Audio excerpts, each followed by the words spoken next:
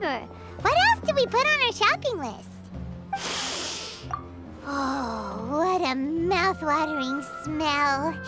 Paimon would know the aroma of biryani anywhere. Let's go get some. We can still add it to the list. Well, if it isn't the Traveler and Paimon. Wasn't expecting to see you here. Hello there. Oh, it's been quite a while. Huh. So you two are still hanging out together. Dehya, didn't you say last time that you were gonna head back to the desert? I said I was going to resign from being her bodyguard, not that our friendship was over. We're still the best of friends. The Homayanis also still post jobs from time to time. Their pay is always generous, so me and the other mercs never pass them up. I told Dehya to just stay at our place when she took one of those jobs a few days ago. My parents were delighted. They even said that it always felt like we were missing someone whenever Dehya wasn't around. That sounds like something they would say, all right. They're always so welcoming. Anyway, the job is already taken care of, so I was gonna head back to the brigade as soon as I finished a little shopping. But the master kept insisting, and I ended up staying for another day. You can stay for as many days as you want, Dehya. Father hasn't even gotten around to treating you to his best dishes yet. You know I'm not the kind of person to stay put in one place like that, my lady. Don't worry, though. There'll always be next time. But she said they'll treat you to the best dishes! Paimon can't believe you can still refuse that! But wait. Didn't you say last time that you would take me on a trip to the desert? Why don't you just take me with you today, when you leave? There are so many places I still haven't visited yet. I'm sorry, my lady, but no can do. There's still a few things I need to take care of back at the brigade. Besides, the desert hasn't exactly been the most peaceful place lately. Oh, come on. Not this again. That's also what you said last time and the time before that. I know, I'm sorry. Just give me some more time, and I promise I'll plan the best trip ever for you. All right, fine. To be perfectly honest, it's not that I wanted to go, it's more like I feel like something is off about you lately. Ever since you first set foot on the estate a few days ago, you've been acting anxious and even paranoid. Have you been delaying our trip because you've run into some kind of trouble? Nah, are you kidding? You're worrying too much. Would you swear on that? Friends shouldn't lie to each other, you know. I wouldn't pry any further if you're willing to swear on what you just said. But if something really is bothering you, then just tell me. You know I'll help you however I can. Oh, looks like Dunyarzad was onto something. You're too perceptive, my lady. Seems I can't hide anything from you. I just thought that nothing good could come out of telling you about the messy happenings of mercenaries. Knowing too much only leads to more trouble. Mercenary life is a dog-eat-dog world where Mora reigns supreme. Everything operates on a completely different set of rules. That doesn't change anything about what I just said, though. We're still friends, and I can only support you if I understand what's bothering you. My lady, you're not gonna stop until you drag it out of me, are ya? All right, I'll share what I know. Let's go somewhere else first. This isn't exactly the best place for a discussion. Okay, let's talk here. Just try not to draw any extra attention. As you may already know, the Eremites have both a lot of mercenaries and a complex organizational structure. Many mercs are no different than me, just going around looking for jobs to earn some mora. My brigade is called the Blazing Beasts. We're not a large group, but every member is loyal and brave. However, not all Eremite brigades are like mine. Some are willing to cross all kinds of lines for the sake of mora. The most notorious is a faction known as Deshret's Relics. Deshret's Relics? Judging from the name, they must really look up to... Yep, you got it. I've heard that you've already crossed paths with Ain al-Akmar. They're one of the groups under the Relic's banner. Oh, you mean the group that tried to sell us the Divine Knowledge Capsule?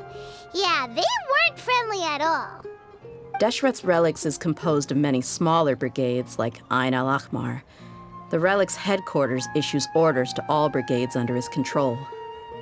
On any other day, I would want nothing to do with them.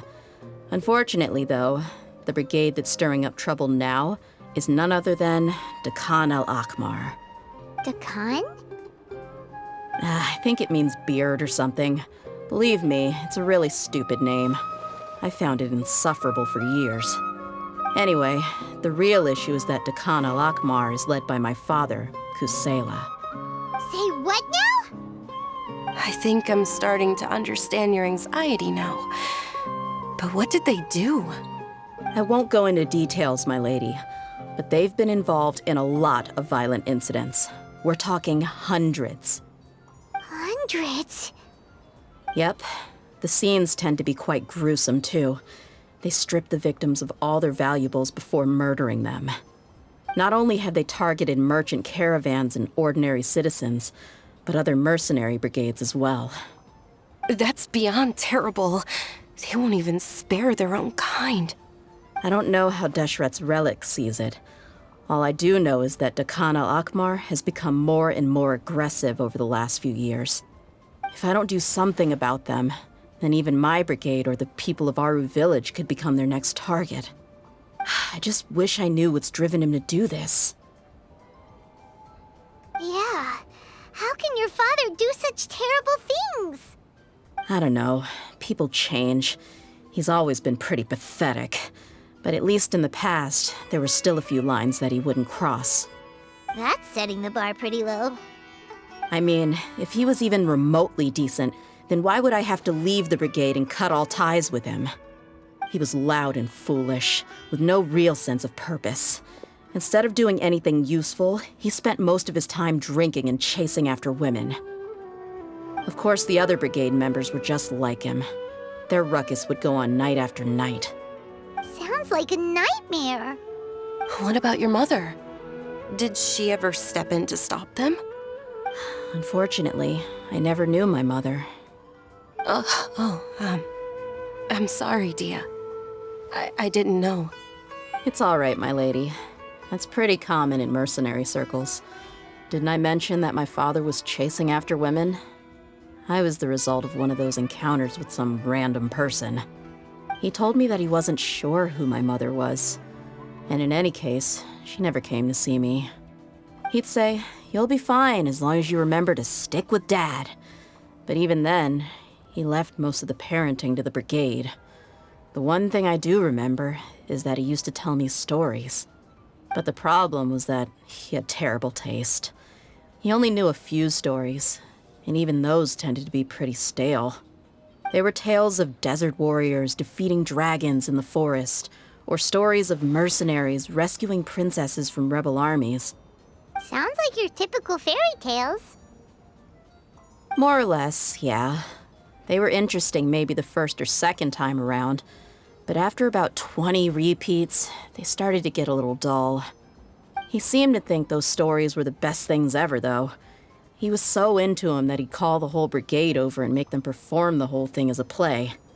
Even the toys he gave me would all be story props. I'd get helmets, shields, and toy swords. It was only much later when I realized that the shows were more for him than they ever were for me. What an interesting guy. Yeah, I've always found him pretty childish, but that was something I could just shrug off. I had no reason to despise him. Until I grew up and learned the true face of Deshret's Relics for myself. Looting, blackmail, violence, and fraud. They not only accepted such heinous acts, they would even openly boast about them. No one in the brigade was any kind of hero. Instead, my father and his cronies were more like the bad guys that needed to be taken down. Did they really think that as long as they didn't do any of that stuff right in front of me, I would never know? I think I can understand your feelings. The difference between perception and reality must have hit hard. Yeah, but don't worry, my lady. It's all water under the bridge to me now. I had a huge argument with my father and left that place behind for good. I'm not investigating them due to any bitter feelings I still have towards my father. I just want to protect those that are close to me. Yeah, I told the boys to gather as much information as they could. Most of the reports concern violent incidents, but there's also some talk of smuggling. I see. But isn't this investigation incredibly dangerous? It is, but every mercenary lives life on the edge. It's a lifestyle that I enjoy. That may be true, but it'll be impossible for those who care about you not to worry. Well, now you get why I didn't want to share any of this with you. What should we do? They both have valid concerns. Huh? But there's no need for you to get caught up in this mess, too. Well, she's super tough, so if she went into the desert with you, then Paimon bets the problem will be solved in no time. I'm inclined to agree. I'd feel a lot more at ease if you took her along to help. I'll wait for news from you in the city until then. Please, stay safe. I'm honored that you care so much for me, my lady. All right, then let's get moving. Our first stop will be Caravan Rebot, where we can catch up a bit with my fellow mercs.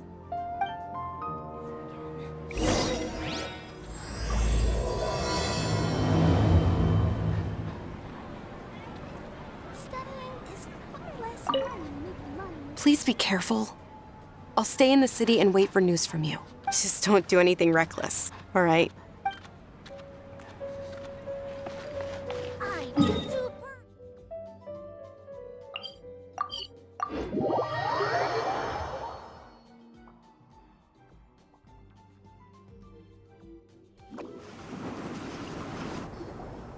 Hey, Dehya, you're back.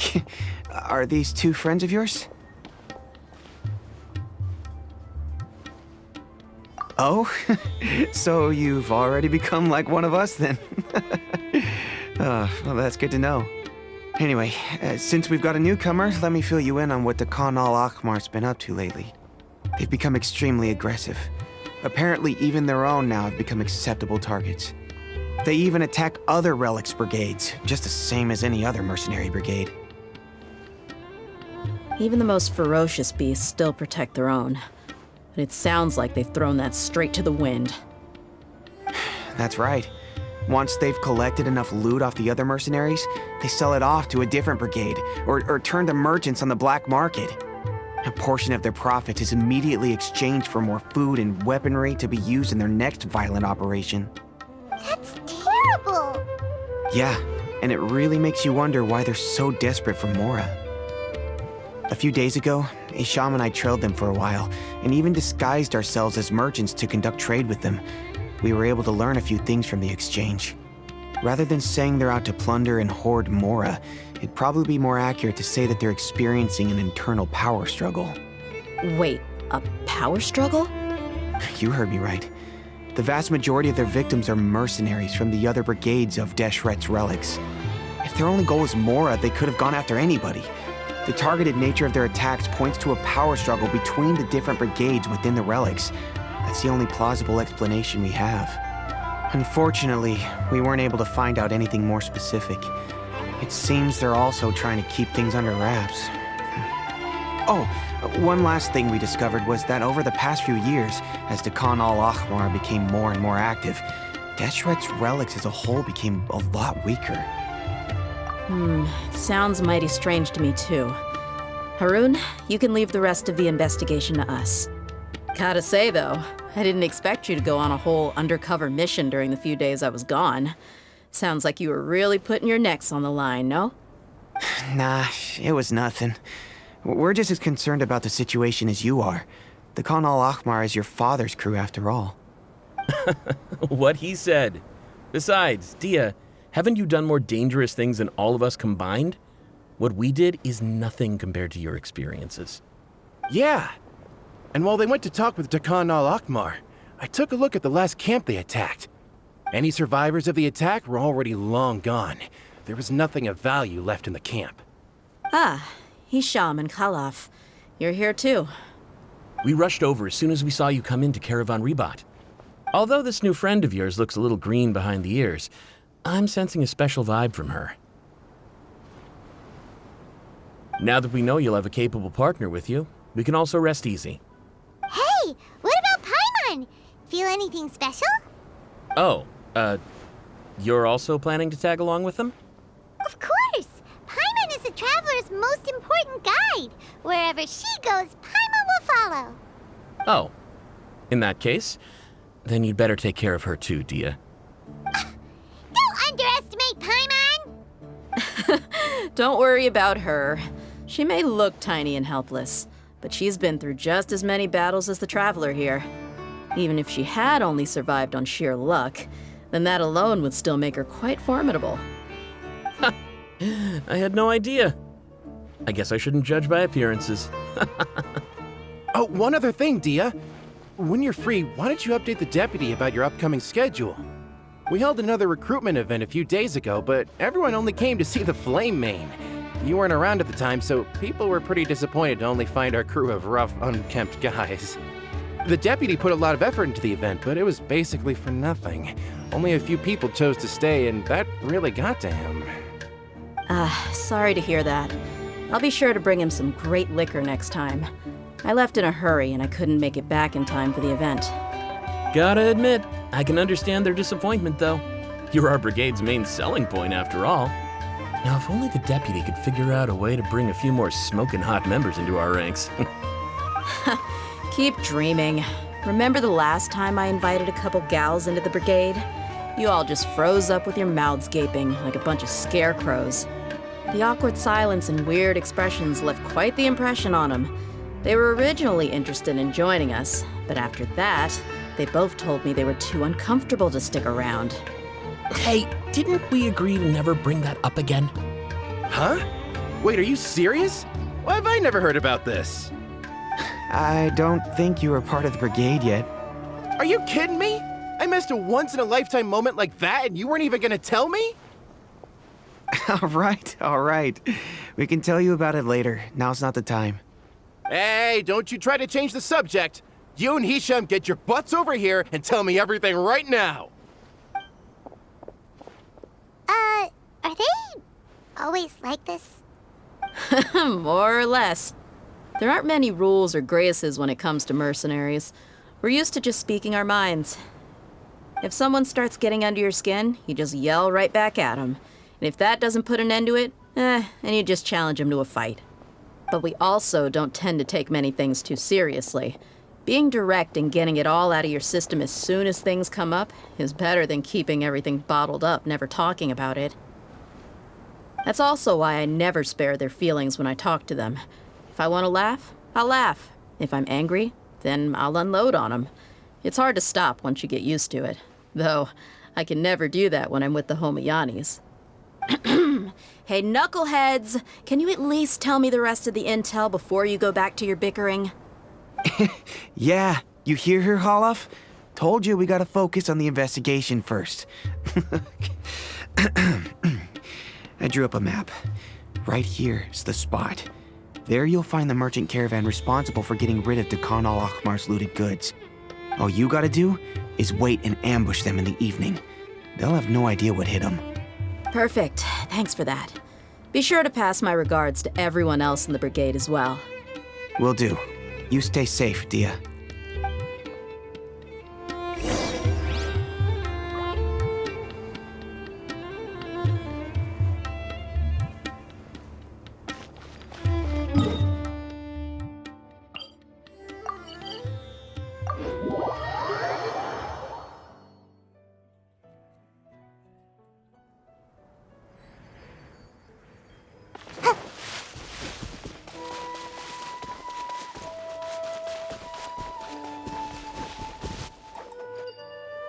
This should be the place.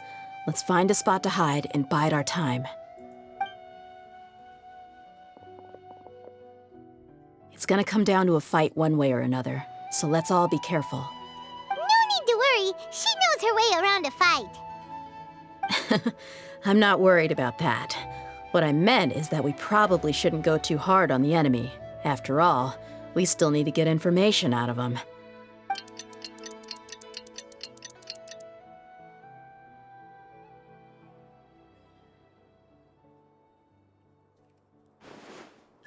Here they come. You ready?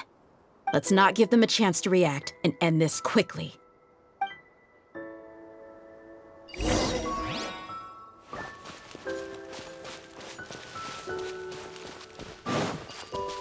That's close enough. Feeling lucky today? Hey, Ninjutsu!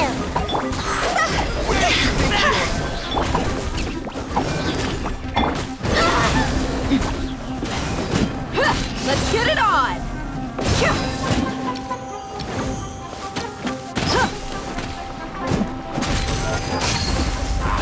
Come on, coward! Go get it, you Aggress! Don't be scared! With sword comes shadow. Law of the jungle! I'll be back! Buckle up! I'll be back! You won this one.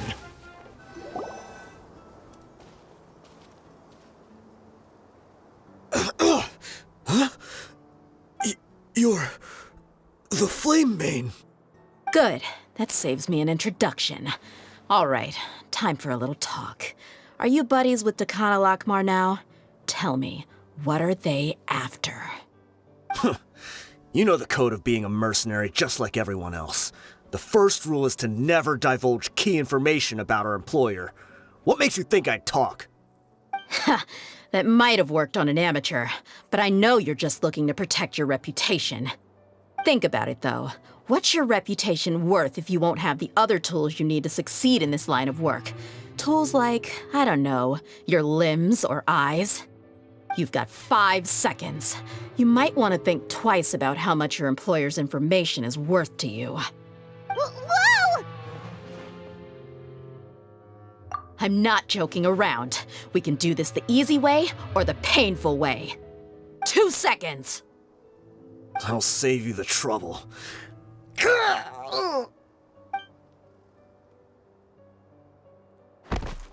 Huh? Are you crazy? He tried to bite off his own tongue. Quick, search the area for any first aid supplies.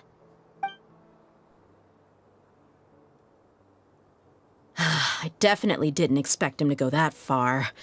Thankfully, the wound wasn't too deep, and he just passed out from the pain. But why would he be so extreme? I just wanted to test his mettle. You can get a lot of mercenaries to talk just by threatening them. I didn't expect him to be willing to go through so much pain just to deny us some intel. Well, he's out cold for now. We could wait for him to wake up, but maybe it's not a good idea to interrogate him any further. What should we do? Yeah, don't worry about it.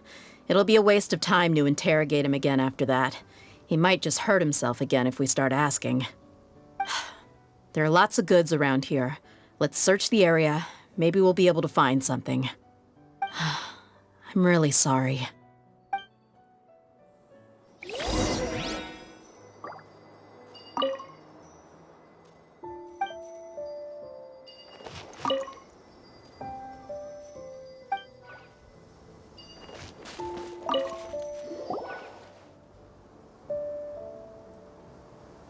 We found a piece of paper with a bunch of names on it.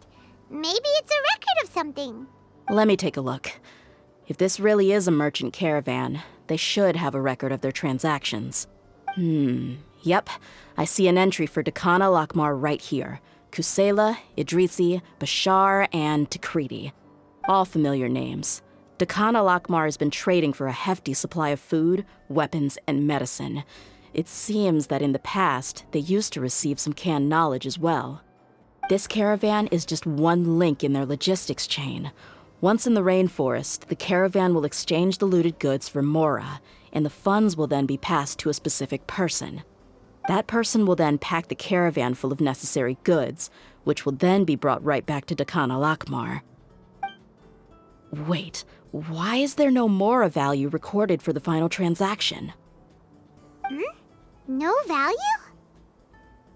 Yeah, every transaction before the last one was marked with an exact amount of mora, But the final one, where they paid for everything to be brought back to the desert, was simply marked as delivered. Perhaps. But they couldn't have known how much they would make off selling the loot. Do they not care about profit margins at all? Anyway, the next part's the records of the goods themselves. There are a lot of entries. Everything was probably sourced from the rainforest. Huh? What's wrong? Shazamon Homayani? Homayani? You mean Dunyarzad's family? Could it just be another family with the same last name? I'd be surprised to find someone with the exact same first and last name. Shazamon Homayani is Dunyarzad's father, and the head of the Homayani family. Just what the heck is going on here? I'm sorry, you're right. I'll consider what we found and not jump to conclusions just yet. But what this piece of paper confirms is that the Homayani family has been providing goods to Dekhan al-Akmar. What if the Homayanis have been kept in the dark and don't know they've been trading with Dekhan al-Akmar? That's a possibility, but if that was the case, why is this caravan specifically named Shazamon as their person of contact? They could have just as easily bought goods such as food and medicine directly from Caravan Ribat or Port Ormos.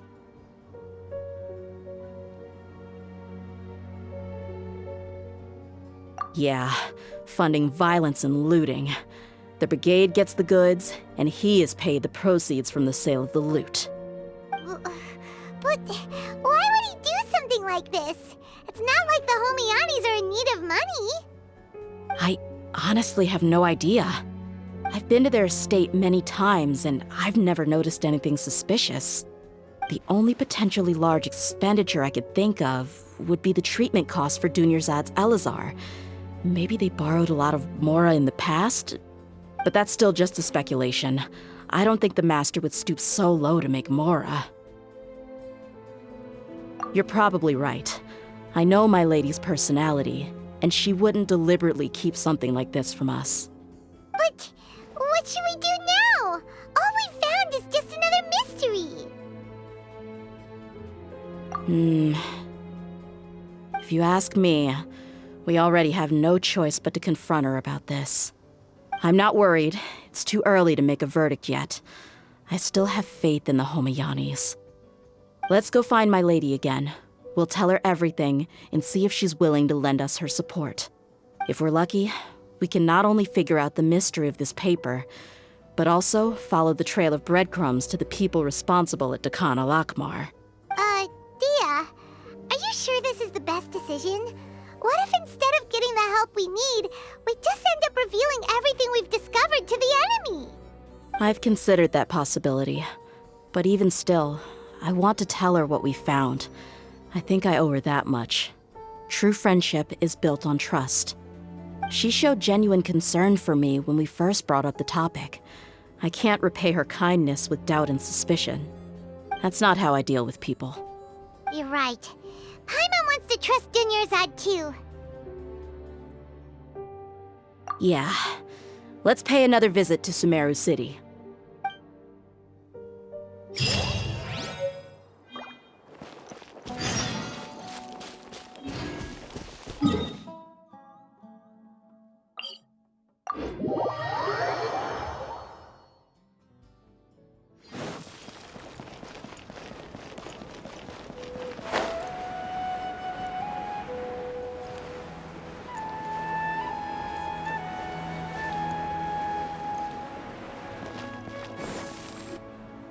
We're back, my lady.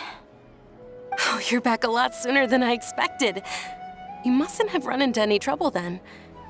Well, how did it go? What did you come up with?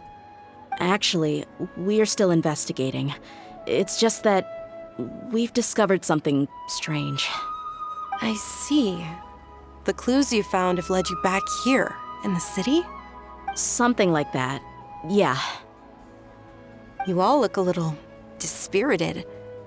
Whatever you found must not have been very encouraging after all. Why don't you discuss it with me? Maybe I'll be able to say something to cheer you up. It's okay, my lady. It's not so much about me being upset with my father or anything like that. How should I put this? So something is wrong. Even the Traveler and Paimon have been uncharacteristically quiet. On any other day, Paimon would have already waved to me with a smile and shouted, Dunyarzad, we're back! So tell me, what happened?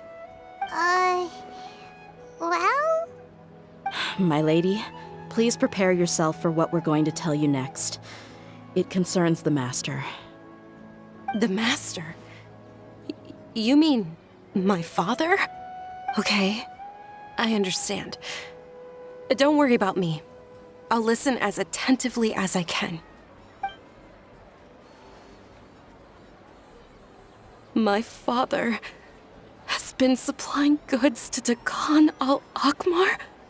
Yeah, it makes as little sense to us as it does to you. I've never doubted the Master's integrity, so I'm having a real hard time rationalizing how he could ever support an infamous brigade like them.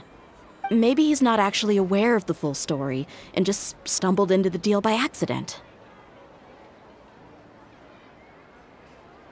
I can't help but agree with the Traveler. Huh? You mean you feel the same way, Dunyarzad? Thank you for sharing all this information with me. Since you've told me everything you know, I should also tell you about some doubts that I've been harboring for quite a while. In the past, I thought that my father hired a bodyguard for me so that I wouldn't run away and get lost. However, there are plenty of capable mercenaries in the Corps of 30.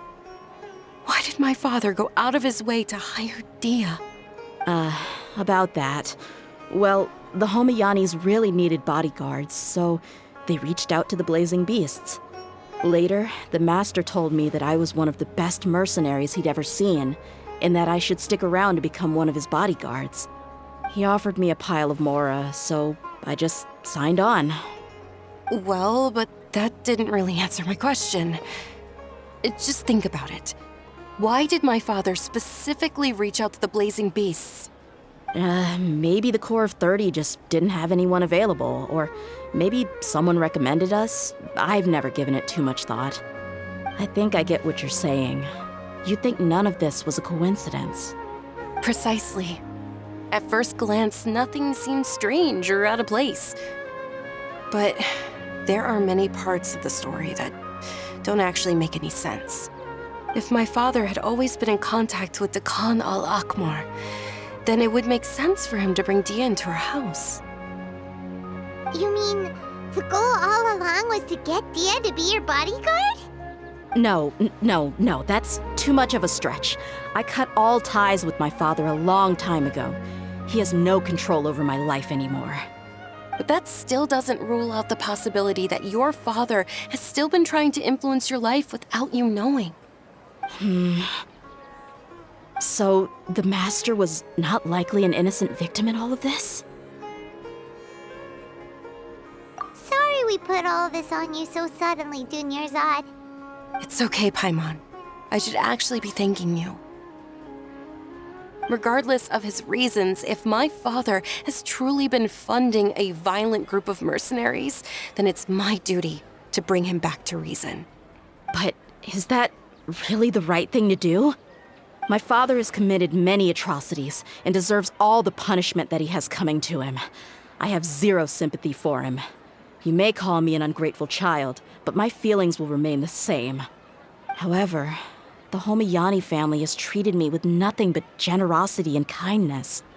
If we decide to investigate this further, we could end up implicating the entire Homayani family. I would be biting the hand that's fed me over all these years. Dehya. It's all right, Dehya. If anyone were to ask, you could always just say that I'm the one who instructed you to get to the bottom of this. You don't have to do that, my lady. I'm not conflicted because I'm afraid of taking responsibility. Besides, you're the one we should all be worried about right now. Hey, it's still too early to give up hope. What was that thing about friendship again? Right, yeah, trust! You said that yourself, Dehya. Besides, there's no point on all riled up before we've confirmed all the facts.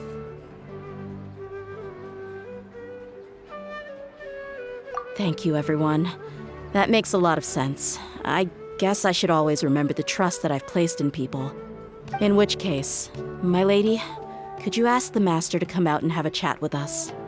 Sure thing. I also hope he'll be able to give us a logical explanation.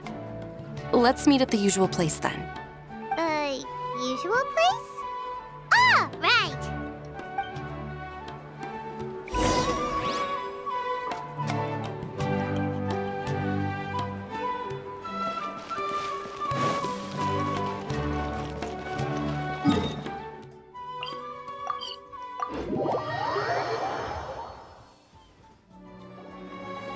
Thank you for coming, sir. Please allow me to introduce these two. This is the Traveler, and next to her is her travel companion, Paimon. Yes, my daughter has mentioned them from time to time. It's a privilege to finally meet them in person. But we may skip all the pleasantries for now. What is the important matter you wish to discuss with me today? Well, we wanted to bring this transaction record to your attention. There's something on this record that we're all pretty curious about. So, that's what you found? Huh. Seems like I can't keep everything from you much longer. If you wouldn't mind, we'd like an explanation. Well, it's a long and difficult story. And to be perfectly honest, I'm not sure if I'm doing the right thing. What I do know, though, Dehya, is that the truth will bring you no solace. If anything, it will likely cause you a great amount of anguish. Wait, me? Yes. I understand perfectly why you came to see me. And I am touched by your collective commitment to do the right thing. But knowledge always comes at a price. And sometimes, as they say, ignorance is bliss. Your father, Kusela, and I both believed that. Of course, you have the right to seek and learn the truth, but I must warn you. The facts of this matter may reduce everything you've built for yourself into sand, blowing in the wind. If you must proceed, then Kusela's heartfelt efforts will also fade into the wind like a fleeting mirage. His heartfelt efforts? I'm sorry, sir, but I'm not sure I follow. I've made it this far in life without a single drop of my father's support. I have my own ideals and ways of looking at the world, as well as people and causes that I've chosen to cherish and fight for. None of these things have anything to do with him. I came here today to support you as the head of the Homayani family. No warning will change my stance on that. I understand. Then let me tell you a little story. Our family once needed to take a trip to the desert when Dunyarzad was just a baby. Along the way, we were attacked by bandits. They had superior numbers and quickly overpowered our bodyguards. When all seemed lost, a group of passerby Eremites lent us their support. Those Eremites were Kusela's brigade, Dehya al-Ahmar. Kusela's men told me that the attackers were Eremite mercenaries, just like themselves. I was shocked. Why would Dehya al-Ahmar go so far to save us and not spare the fellow Eremites? Kusela was grinning and walked over to play with baby Dunyarzad. She was startled by his unfamiliar face and nearly started crying. Really? I never knew. He said that he had no particular reason to help us. He just took pity on us because he had a daughter about the same age. We started talking about our children, and I sensed that he was a devoted father. To repay his kindness, I hired his brigade to help out at our estate for a time, and offered everyone generous remuneration. So, that's what happened. It was many years before I saw him again. I almost didn't recognize him the next time he came knocking on my door. The man I knew to be strong and healthy had been reduced to a shell of himself. He couldn't even walk anymore without his cane. So, what happened to him? He was perfectly fine when I left the brigade. I'm not too sure myself. The only thing that didn't change was his cheery disposition. He said there was absolutely nothing to worry about and that he had gotten into a fight. That was all. He then suddenly asked me if Dunyarzad, now that she had grown, would need a bodyguard of her own. At the time, Dunyarzad was going through a particularly severe bout of her Elazar. There was no need for her to have a bodyguard when she could barely leave the house. But he kept coming back to the topic. Come on, it never hurts to be safe. How do you know a bodyguard won't come in handy one day? I was completely lost at first, until he recommended the Blazing Beasts, and in particular, a mercenary named Dehya. So he was the one who recommended Dehya to you. Indeed. He didn't say it out loud, but it was clear that he saw Deshret's relics as an evil group who would eventually corrupt every member in their ranks. He was already beyond redemption, but he hoped that he would be able to detach his daughter from the vicious world of mercenary life. If Dehya could stay in my house and keep working as a bodyguard, then gradually her affinity for the desert would decrease, and she'd be able to leave her previous life behind. And that's why you offered her such generous compensation? Yes, but not just because of that. From the moment that he asked me for that favor, I also began to see Dehya as my own daughter. And that's also why I tried to persuade you to stay when you asked for permission to leave. I was willing to spend however much it took. Kusela saved my daughter and I all those years ago in the desert. I could never refuse him entrusting his daughter to me. He was always like that, acting like he's oh so smart and self-righteous. Kusela said that he'd reimburse me for a portion of Dehya's fees. I refused to take any mora from him, but he'd always sent me funds anyway. Eventually, I just accepted them as a token of his gratitude. And that went on for a while until I received another letter from him a few years ago. The letter contained a request to help him buy food, weapons, medicine, and even explosive materials. Wait! Isn't that around the time that Dakan al-Akhmar started becoming more aggressive? That's right. When I started to hear some nasty rumors, I became wary. I wanted to meet him face to face to discuss things, but by then, he was no longer receptive to my requests to talk. If I had to guess, it's probably because he doesn't want to put Dehya at risk. That thought occurred to me as well. I figured that he probably came to me for help because he had nobody else to turn to. After some deliberation, I decided to send him some food and medicine. I turned down all his requests for explosives and weaponry. I am aware that even such a reduced gesture of support could lead to others coming to harm, but I could not simply reject his plea for help. In the end, it probably was the wrong decision. I plugged my ears to the rumors and just chose a solution that made me feel least guilty about myself. If you can, please tell me where he is now. None of the things he's doing right now make any sense if he's just trying to keep me from getting tangled up in his world. If all he wants to do is steer clear of me, then maybe he shouldn't have brought me into this world in the first place. Oh no. Dehya, please don't feel that way. I'm just angry because I can't wrap my head around any of his actions. Another way? I don't know. I knew him, and he was nothing more than a childish brute. I can't understand what's going through his head. But I guess you do have a point. We haven't uncovered the whole truth yet. We still need to figure out his exact actions and reasoning for these last few years. I'll do my best to help.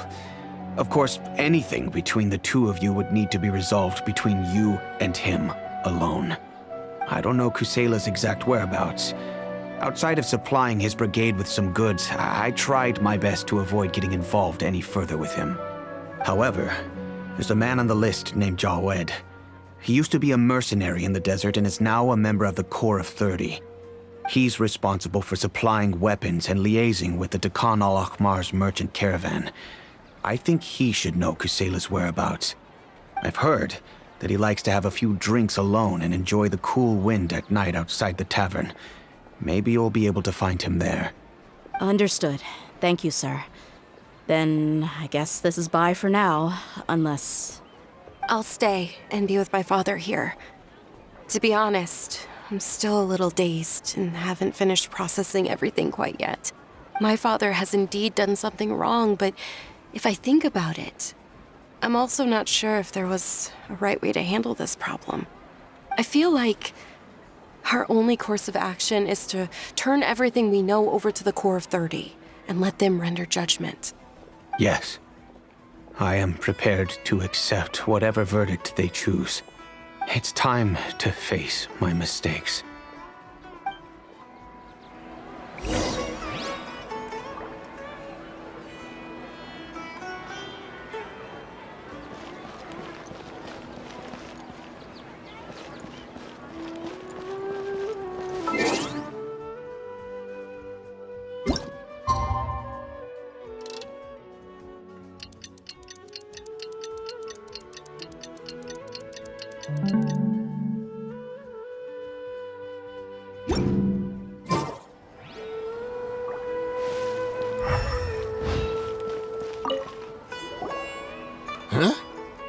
Who are you guys? I know what you've been up to. Smuggling weapons to violent brigades in the desert while working for the Corps? Pretty bold, if you ask me. Shh! Keep your voice down. How do you know all that? Come with me. We should take this elsewhere. I'll be happy to talk things over once we're somewhere private.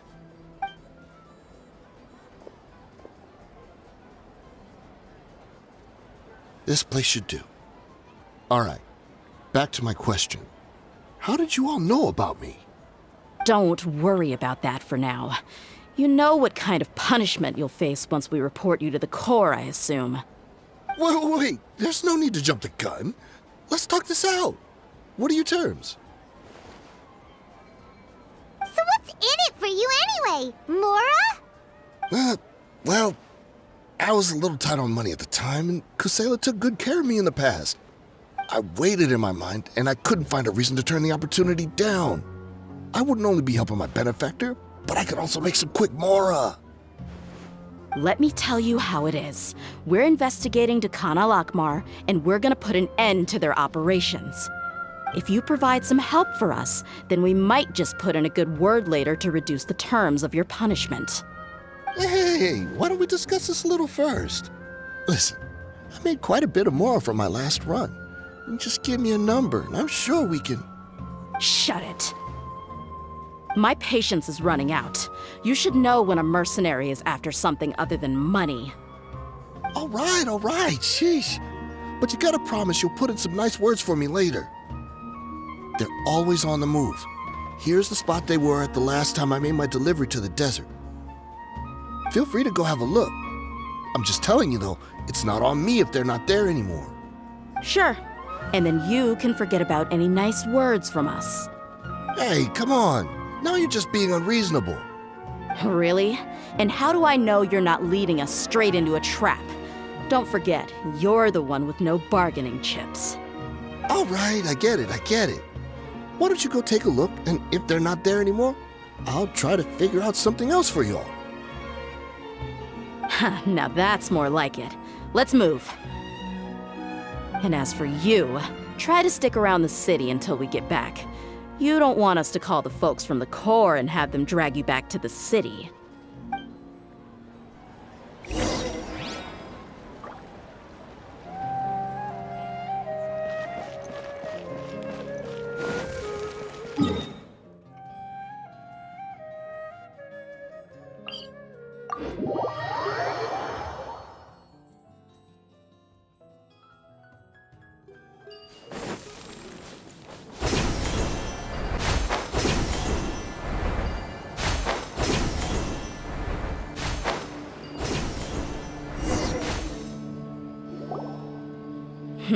Seems like we're in luck.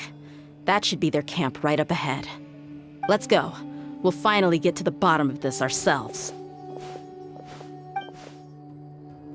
I'm here to see Kusela. Tell him to get out here. Dehya, why are you here?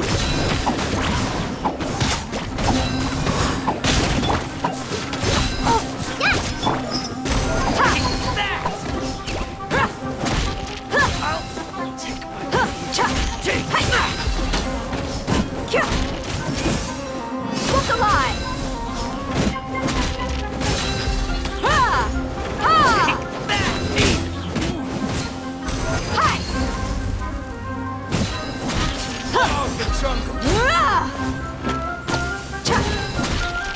I'll be back. Haven't you all done enough? Oh, so are you also here to stop us? Stay out of this. It's got nothing to do with you.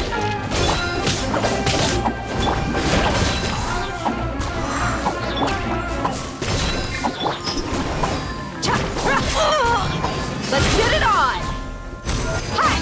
You asked for it.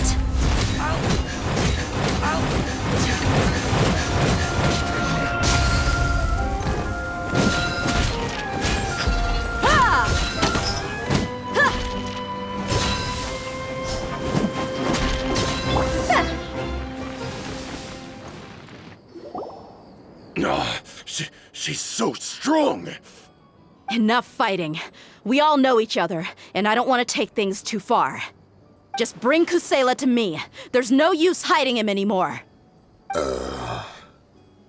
Did you understand a single word I just said? Or do I need to bash your skull in some more? All right, everyone, let's all just calm down for a second. Dehya, the boss can't come out and see you anymore. He died a long time ago. What? Seems like you've been out of the loop for a while. Guess that's for the best, though. At least, that's what the old man wanted. When did he die? What happened to him? A few years ago, Kusela broke up Dakan al-Ahmar and went to the Deshret's Relics headquarters by himself. So is that when you guys started acting up? We would prefer to call it taking revenge. Every last person in Deshret's Relics must pay in blood for what they did.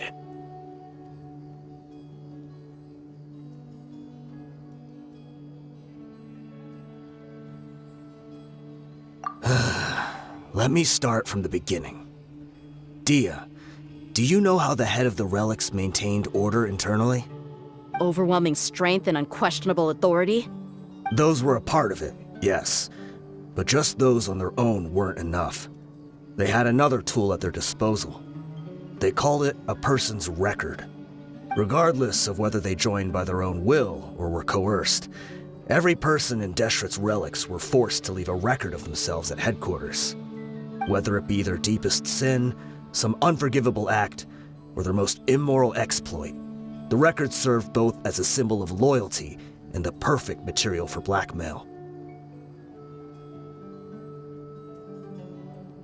That's precisely it. Every one of us have a record.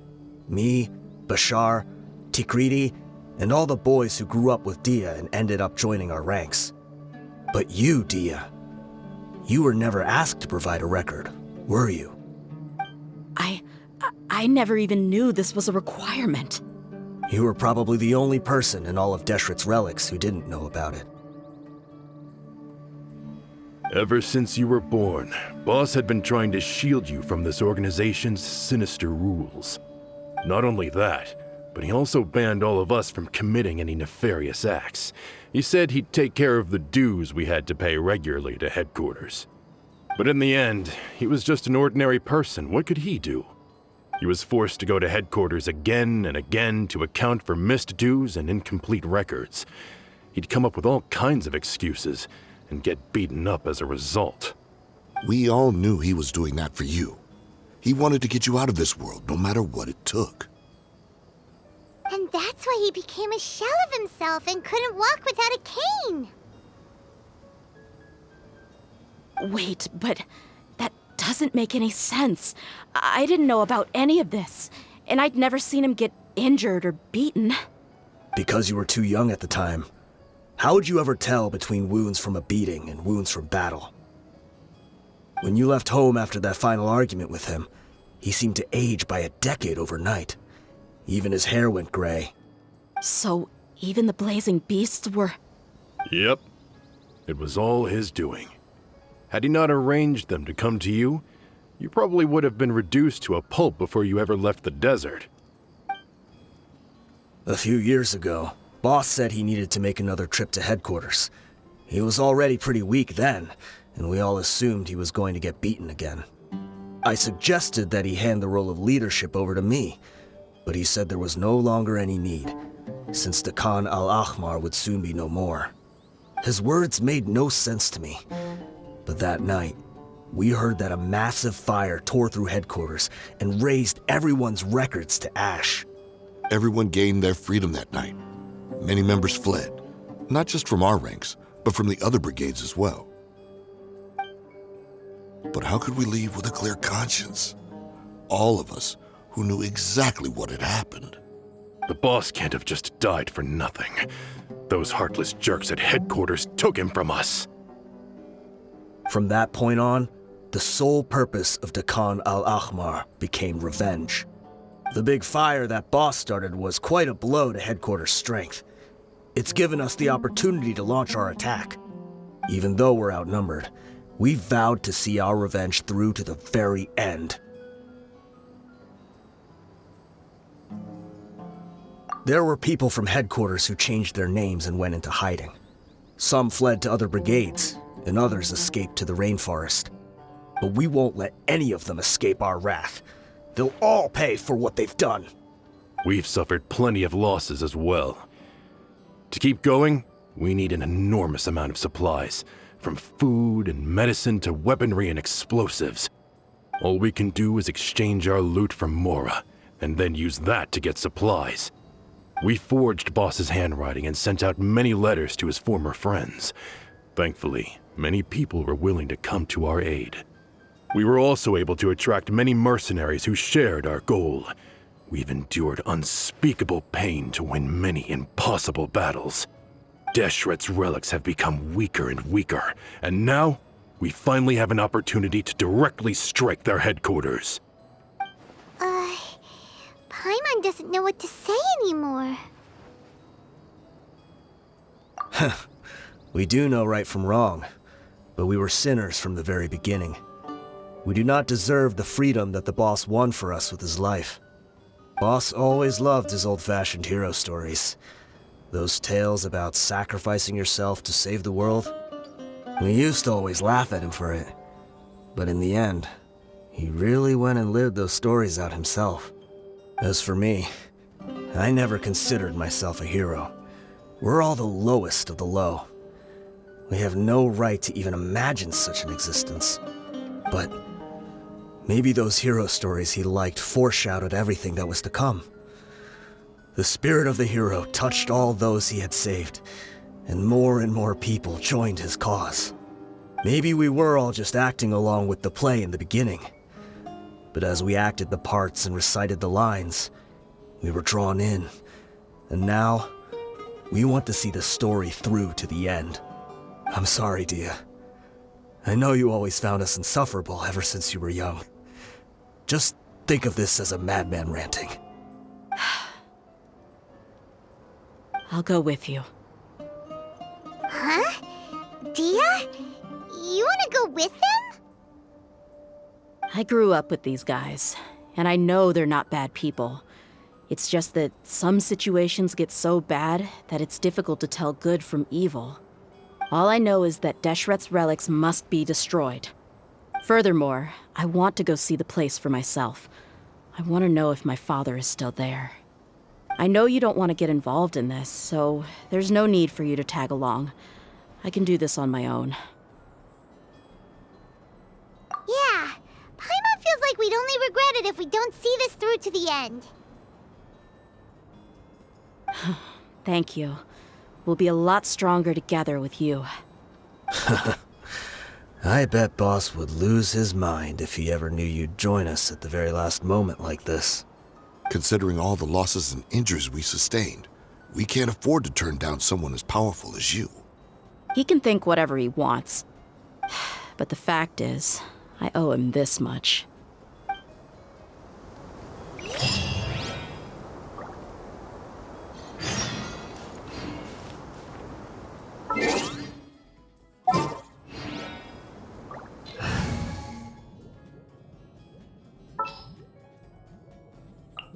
I've been waiting for you.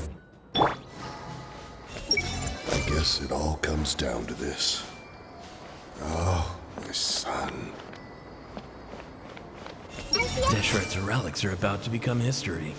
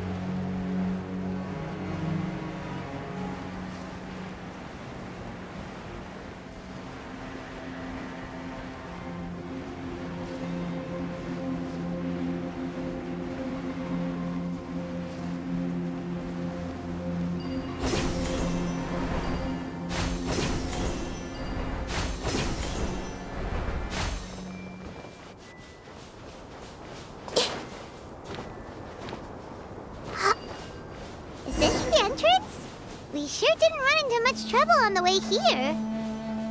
Shh.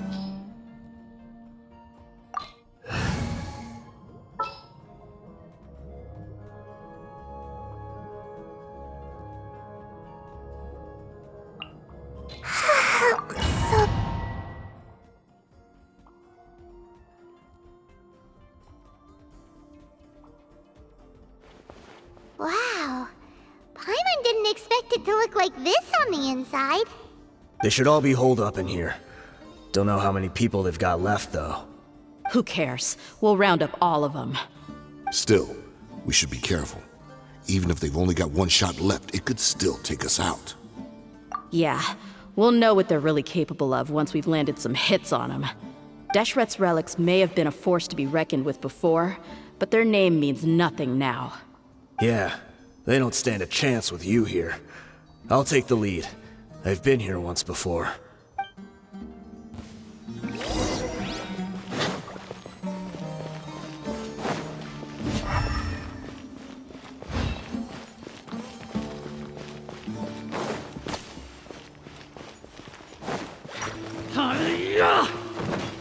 Buckle up! Stay put!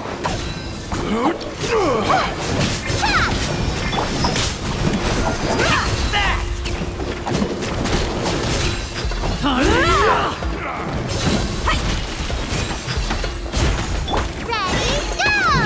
You play, you're up!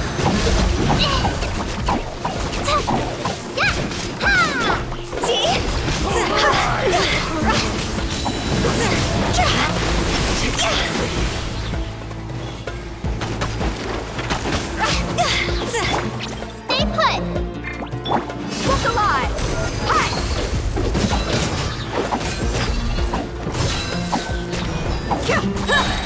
I'll be back. You're dead meat!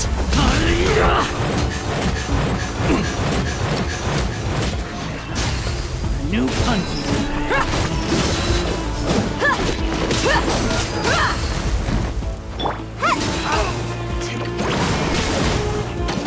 Gotta dash! Higher, higher, hands on fire! That's close enough. Lucky today.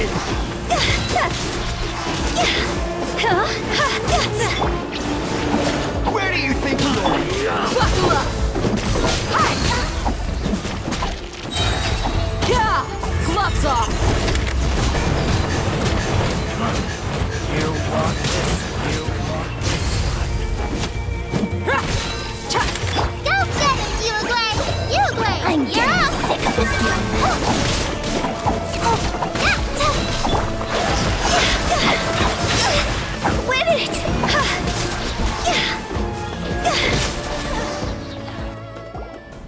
This way, follow me. We're almost there. Wait!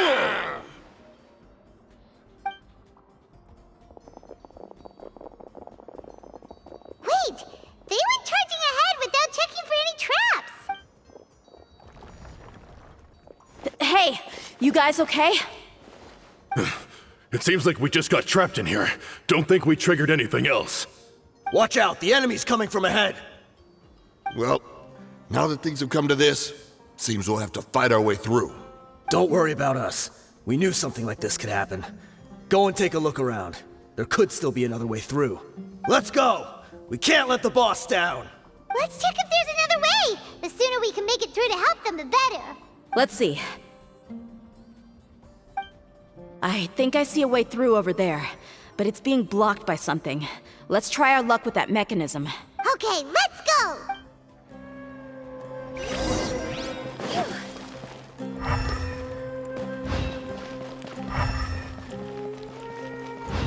Go!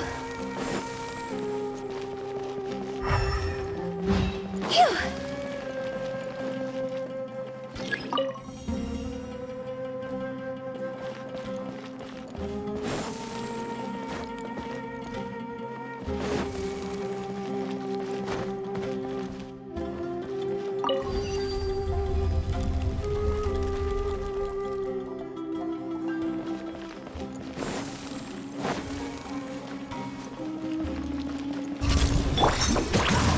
Cut to the chase!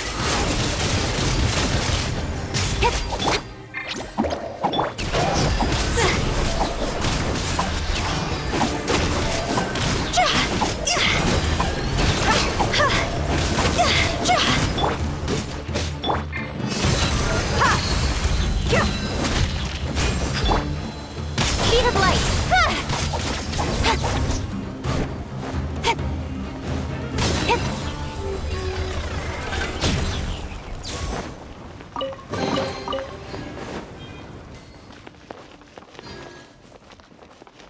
Another mechanism like the one before, but this one's being blocked off in the middle. We just need to adjust it a little.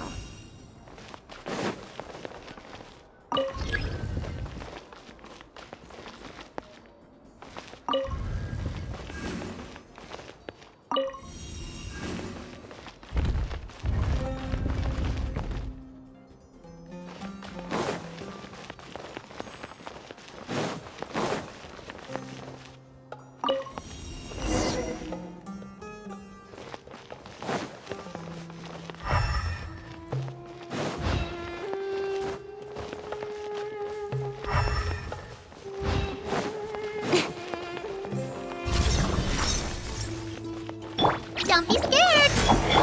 Look alive! You're dead meat!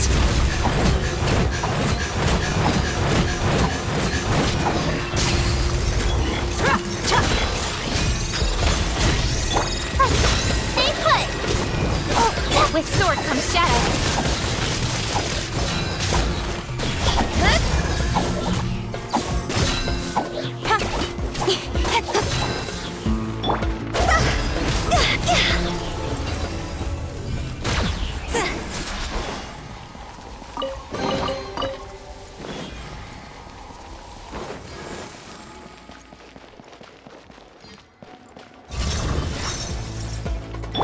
Buckle up!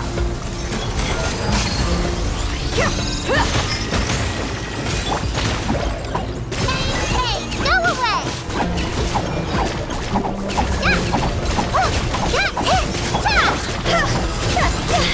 Time to go!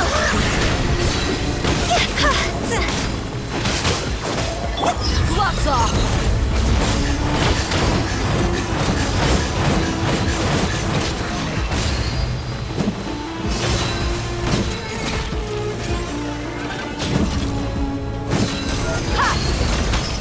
Come on now! Hey! Nowhere to hide. Don't blink!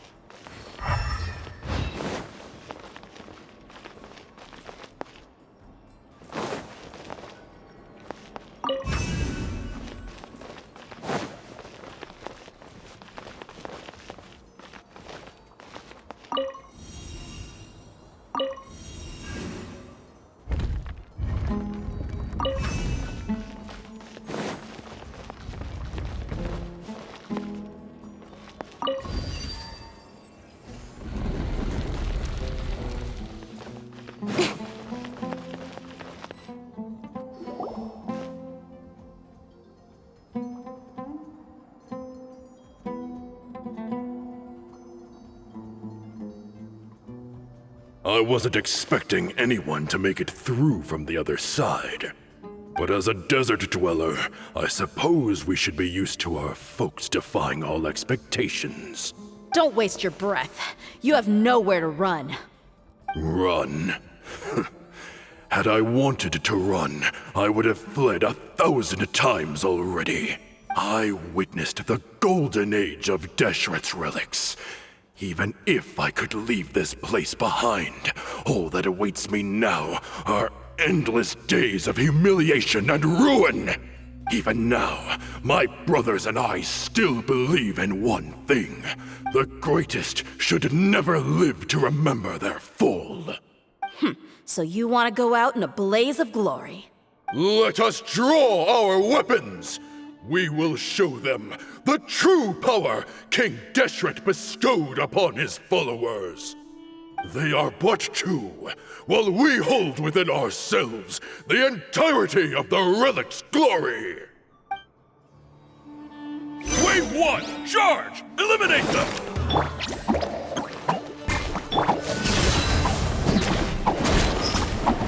Where do you think you're going? You asked for it! I'll be back. Gotta dash. Yeah. Speed of light. Don't think that you've won. We're just getting started. Into the tape. Incoming.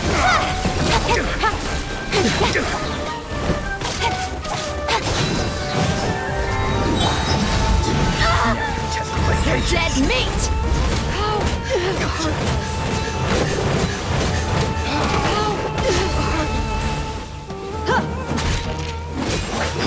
Buckle up!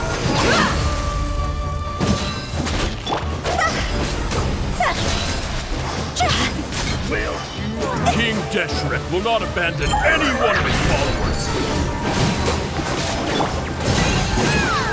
You play. You're up. Don't be scared.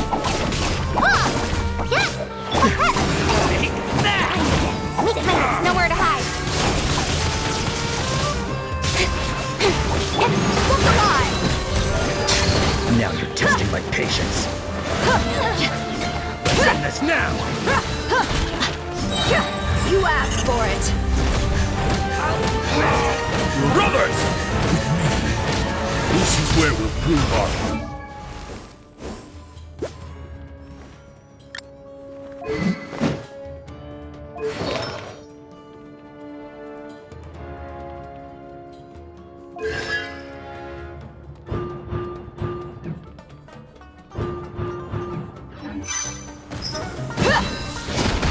You all just want to die? None of us plan to leave this place alive!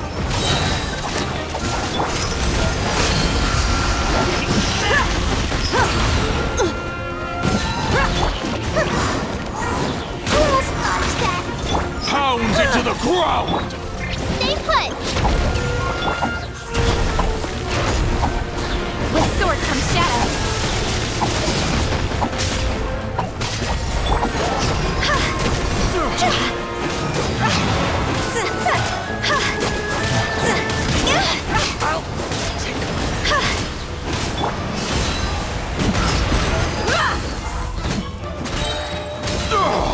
The golden slow. The commander has finally fallen. But they're still coming at us! This place is like a gladiator's ring. They just keep coming no matter how many we beat! Yes, keep fighting! There's no need to fear, and no need to back down! This is our last stand! When the next wave comes, try to draw away their attacks. I'm going to see if I can take out that high platform.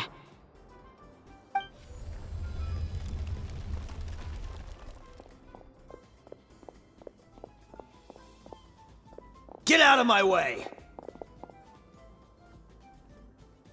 Come and face me, Michel! Ugh, so they've broken through the front as well. Apologies, Lord Michal. They fight like absolute madmen. No matter how much we throw at them, they just keep coming for more!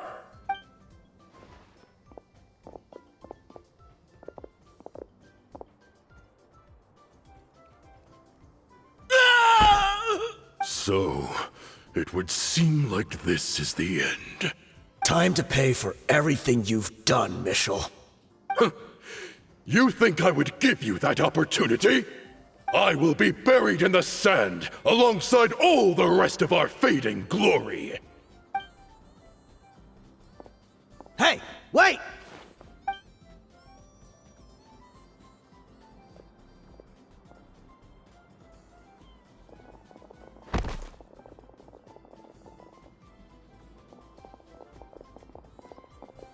We were too late.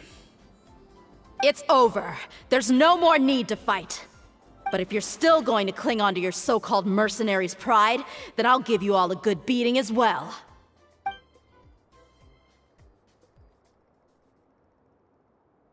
Hey, Dehya! I found the mechanism. I'll get you all back up here right away.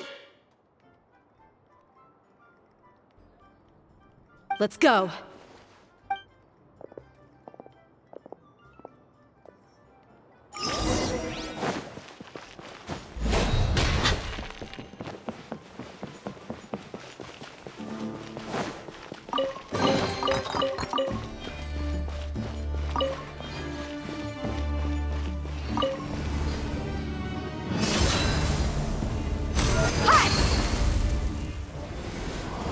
Who are you filthy rats? And why are you always pestering us? You call yourself a member of the infamous Deshret's relics, and you still can't even tell who's made it all the way to your headquarters? Who knows what intent a bunch of rats may have? We try to catch a couple, and you all just show up on the other side instead. How are we supposed to figure out what you're after? Hey, have you ever heard of a man by the name of Kusela? Why would I know? It's not like I'm in charge or anything. This is your last chance to talk. Hey, I said I don't know anything. I'm just an average member here. I'm telling the truth. If you're here to find someone, why don't you look through the records yourselves? Who can remember every name and face with so many people coming in and out every day? The irony. His life became a light for so many, yet to others, it wasn't even worth remembering. Where's the records room? Answer me! It's right over there. All the files are in there. You can go through them as much as you want. It's not like any of them still matter anyway. I mean the old records room. The old records room? You mean the one that got burned down? Kusela. Ah, yeah, I remember him now. The guy who could hardly walk. Watch your mouth. That's our boss you're talking about. He was definitely faking it. We all let our guard down as soon as we saw him come hobbling in. But in the short time it supposedly took him to take a dump, he'd already gotten away and started a fire in the records room. He couldn't have possibly outrun us if he wasn't a fraud. And after that, Deshret's relics fell into complete disarray. Stop wasting our time. Every one of us here is perfectly aware of what he had done. Tell me, where is the old records room? It's just over there. Go see it for yourself if it means that much to you. There's nothing left in there but ashes. No human could ever survive that kind of inferno. Bashar, Tikriti, let's go. We'll leave the others here to guard these guys. Spare them no mercy if they try anything.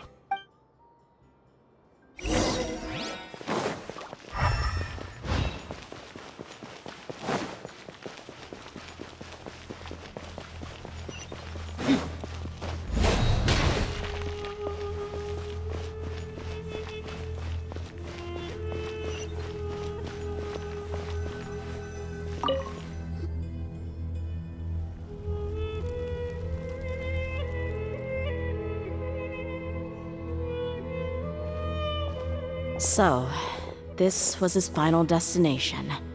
How did he do it? Getting past all the guards with a limp and sneaking in here to start a fire? If he was nimble enough to do that, then he must have been able to get out of here after starting the fire, right? Dehya. I'm sorry. I know it's just wishful thinking. Let's look around. Maybe we can find something that's been left behind.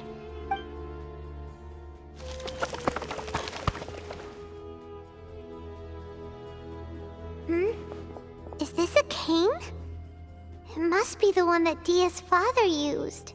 Kusela. Thanks for everything, boss.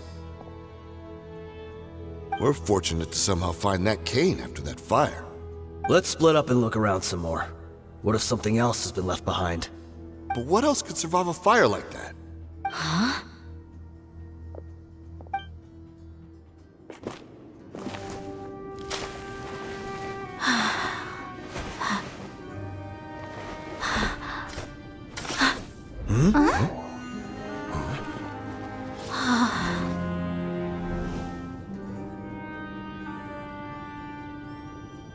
So. Wait! Isn't that the toy sword you played with as a child?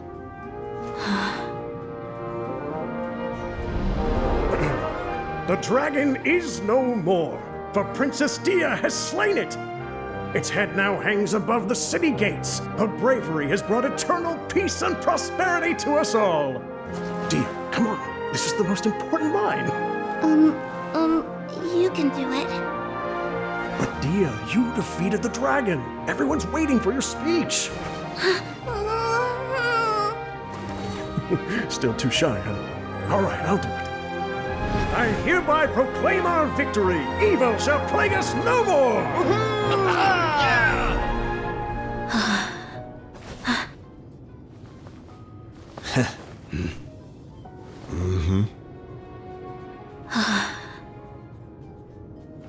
I hereby proclaim our victory.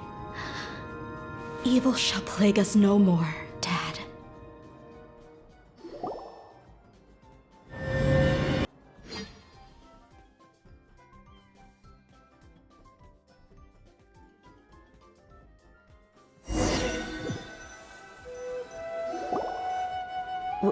What's this? Don't you remember? You asked Paimon what she would do if she were to wake up tomorrow with loads of money. And Paimon said that she would get boatloads of tasty snacks. You looked super confused at the time, but said it was an adorable thing to say. These opportunities don't come by often. So today, Paimon's gonna treat you to a special crash course on Paimon's life philosophy. Hey, this way you get something from the both of us for the price of one. Anyway, the point is that you should eat to your heart's content. You'll feel better for sure once you've gotten something in your tummy. Dunyarzad will also be here shortly. She's already heard that we're back. Aw, thanks, you two. Honestly, this is very unlike me. I just had a lot on my mind on our way back, so I didn't know what to say. My chest was filled with all kinds of intense emotions. They just shook me even more than all the feelings we've shared during our previous adventures. But when everything came to an end, those emotions also vanished without a trace, and I was left feeling more empty than ever before. It was as if I'd lost the thing that was most important to me. Yeah, you're right. To many mercenaries, Mora is the most important thing in the world. But perhaps to us, it's the most worthless thing of all.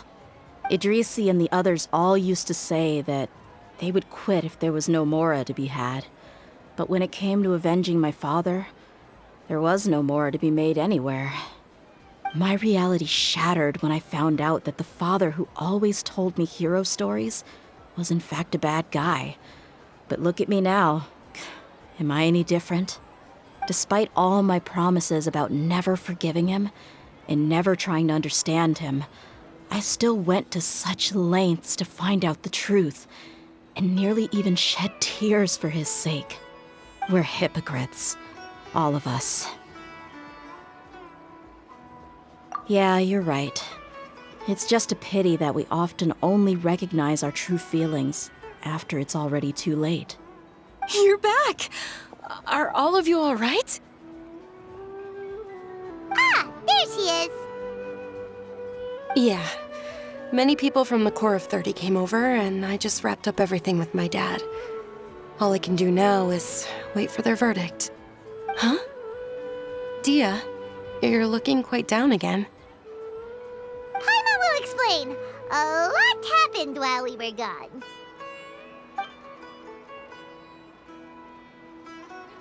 I'm sorry. I really should have controlled my emotions better. I just... It's all right, my lady. You were hurt by all of this as well. Truth be told, I'm starting to feel a little guilty watching you cry like this. But Dehya, your pain must be even worse. You shouldn't need to comfort me. Hey, don't worry about me. If anything, this whole thing has finally shown me the difference between illusion and reality. My father probably thought that people could settle into new lives as long as they moved to a new environment. That thought has even crossed my mind a few times. It's like saying, what's wrong with adapting to a new life? However, there was always something deep within my mind that refused to accept it. This impulse brought me great turmoil, and even made me feel ashamed for turning my back on your father's kindness. But now that I consider it again, it all makes sense. The desert sands are a part of who I am, and I will never be able to lead a peaceful existence. I understand how you feel. That doesn't mean I won't be making any changes to my life, though. As an example, I'm now thinking about taking on some small odd jobs. It's just like Idrisi said.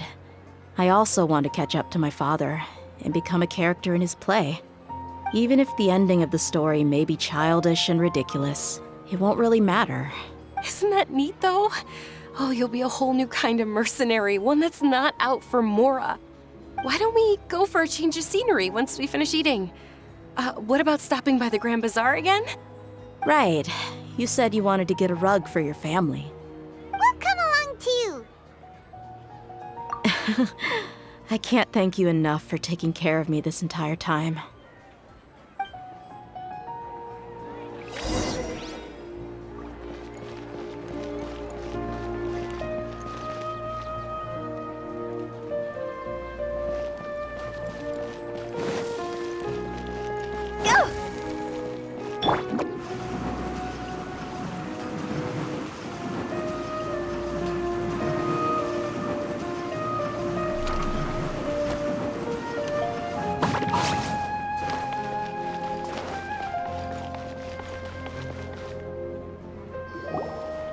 Oh, this rug here is quite something.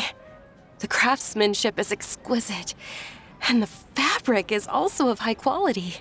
Ah, here you are. Finally, I found you. Hey! Aren't you that mercenary who bit his tongue? You can still talk? Wait, are you here to take revenge on us? What are you talking about? Do I look like I could take you all in a fight? I just came here to give you something. I'll be on my way to give myself up to the Corps after this. Once I woke up, I hurried to the Khan al-Ahmar's camp, hoping to alert them to your presence. But when I got there, I found no one except the members who were still too injured to move. Ah, so you probably got there after us. Yeah, they told me that they had exacted their revenge, and everyone had turned themselves in to the authorities. Even that last camp was not going to last for much longer. I had joined the cause to repay an old favor from Kusela. Now that everyone's already turned themselves in, I might as well do the same. One of the injured members gave this box to me, and told me that it contained some of the old man's last possessions. Everything left in the camp will get confiscated, so I figured I should get this to you before the Corps could get their hands on it. Thank you. No worries. We are all just living our own truths. There's no need to comment or judge anyone for it. So this box contains everything that Dehya's father left behind. Huh. It feels lighter than expected. Well, back in the day, the first thing he did with any Mora was spend it on things like drinks and meat. But let's see what's inside. What's this? It's just a bunch of junk. It kinda stinks. Perhaps it's just been left unopened for too long. A handwritten copy of a storybook. The paper's already yellowed, and it looks like it's about to fall apart. It was against the Academia's rules to possess books for personal use. If If he was going to break that rule, he could have at least copied something useful. That probably means this was really important to him. Ah, and here are a few bags of children's snacks. The packaging's completely deteriorated. Maybe that's where the smell was coming from. Did he get those for you? Yeah, but here's the thing, though. Even when I was a child, I was never a fan of these kinds of snacks. He'd always say that he got them for me, but in the end, he always ate more than I ever did. Who even leaves snacks in a box like this anyway? Isn't that just common sense? Forget it. Let me see what else is in here. A razor, some buttons, some round iron tiles, a wooden toy puppet, a wool scarf, which from the looks of it probably belonged to a woman, and a hair clip? Why are these things here? I'm suddenly feeling a little scared. I'm sorry, my lady, but this is just the kind of man he was. He probably saw this box as some kind of personal trash heap and dumped any and everything in there. 2 empty liquor bottles. Tell me, you guys, are these the kinds of things that a normal person would leave behind? Huh? There's something in the bottle! Oh, you're right. All right, I got it out. It seems to be a piece of paper with some writing on it. The bottom part's all damaged from moisture, though. Let's hope the writing didn't smudge. I was suddenly seized with an urge to write a letter after finishing this bottle. I just folded it up and left it in the bottle, though. If I end up forgetting about it, it won't really matter. To Dehya. It's a letter for me? It's all right. I'll just read it out. If he went to the trouble of writing a letter, there must have been some important things that he wanted to say. Or at least record down. My condition's becoming worse and worse. Can't even walk without a cane anymore, much less go out and have fun. Guess I don't have many days left. If you're reading this letter, then I suppose I'm already long gone. You were adorable as a baby. Everyone loved you. And regardless of whether you were crying or laughing, everyone enjoyed having you in the group. But once you grew a bit older, you were no longer nearly as happy or cute. It's probably Idrisi's fault. He was never up to any good. Can you believe this guy? He can point the finger at himself. Anyway, back to the point. To summarize, I'm writing this so you would know not to feel sad for me, even if you end up finding out the truth. The reason being that I was never your father to begin with. Wait, what? Surely, he must be joking, right? I don't know. I was quite formidable when I was young, and 100 times cooler than some so-called flame main. Really felt like the whole world was under my feet.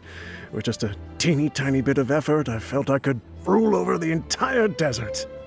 But as fate would have it, I went out into the desert for a drink one day and discovered a baby in the sands.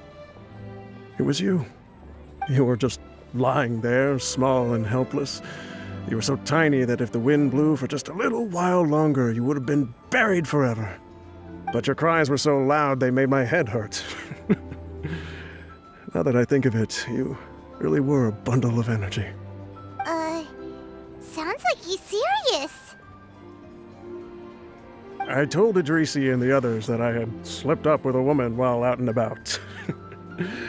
None of them even doubted me. I'm sorry that I had to lie to them for so long, but I really had no other choice. I was their most esteemed leader, after all. It's not like I could just tell them that I suddenly wanted to play at being a father. At this rate, I'll puke up all the liquor I just drank from this bottle. Anyway, Dehya, you possess the kind of freedom and kindness that we could only dream of.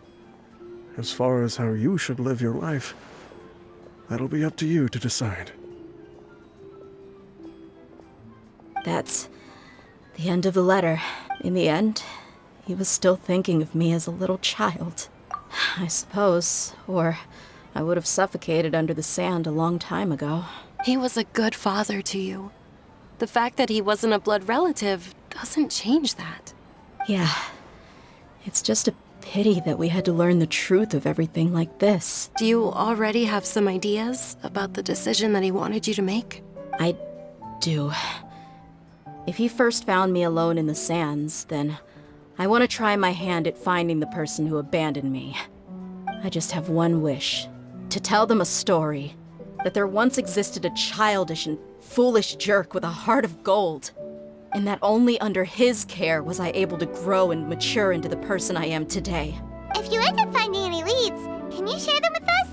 We go on adventures all the time. Maybe we'll be able to find some information for you. Sure, I appreciate it. I wasn't expecting you to be so enthusiastic. I'll help too. Thank you. All of you. Thank you so much. My life has certainly had its twists and turns, but I've always considered myself lucky, because no matter where I've gone, I've always been surrounded by incredible kindness.